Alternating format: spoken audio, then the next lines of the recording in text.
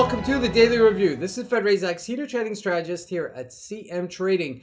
And today is June 8th, 2023, and today is Thursday morning. So looking at the highlights of the day, big tech takes a fall. But before we discuss that, no major economic events scheduled for today. So as we look at the various markets, starting out with the Forex symbols, the Turkish Lira continues to tumble versus the US dollar, but let's take a look at it and let's discuss. Maybe it's going to have a little bit of a turnaround.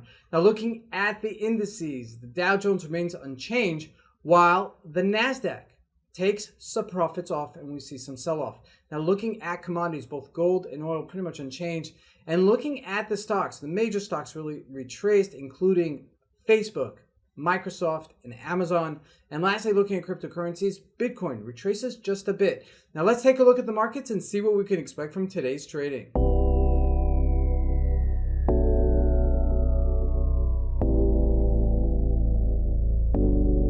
So we're going to start with the Turkish Lira, and it's going 23.36. Now, since we picked it up, it was at 18-ish level. That breakout, that initial breakout, and you could see, how much further it's gone to 23.33. That's over a 5,000 pip depreciation in the Turkish Lira versus the USD. Now, the question is how much further can it go? Right? So at 25 for sure is a resistance-ish area. Okay, it's a round number. That's usually where we go to.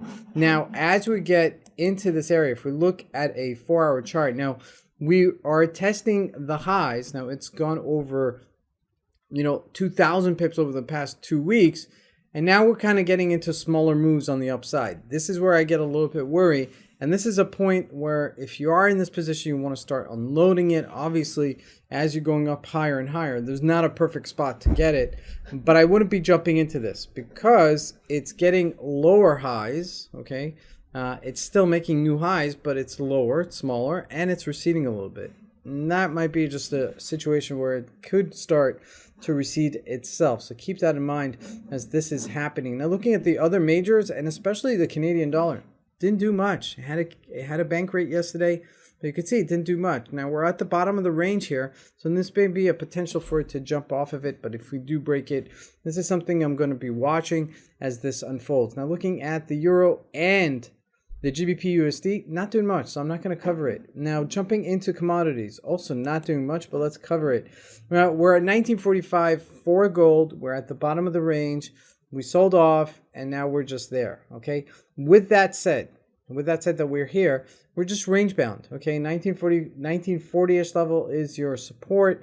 1970-ish level is your resistance. So, probability plays is to buy this at this area in the anticipation it's going to go higher. Now, jumping into crude oil, not doing much either. At $72, we kind of had a very tight range week. We did gap up at the beginning of the week, hit resistance, and fade that move. But since then, we haven't done much. So not much doing here either. Now, jumping into the U.S. markets, the Dow Jones, trading sideways. 33,600-ish level. We've been in a 100-point move. Now, the NASDAQ did retrace yesterday. Okay, that's not true that it did nothing, but it did retrace here at these levels. This is profit-taking more than anything else. So it's not really unchanged. It's more profit-taking than anything else. Now, looking at the individual stocks, it's Microsoft that went lower, breaking that 30-day moving average. That's a little bit concerning. Let's just take a look at it. Let's see how this unfolds, because if it does stay below that 30-day moving average, then maybe we're seeing a turnaround here and a potential just retracement or a sell-off that's going to start a new trend on the downside, but for short-lived, maybe a month, maybe until next week where the FOMC has a rate statement. So could be a couple of things here.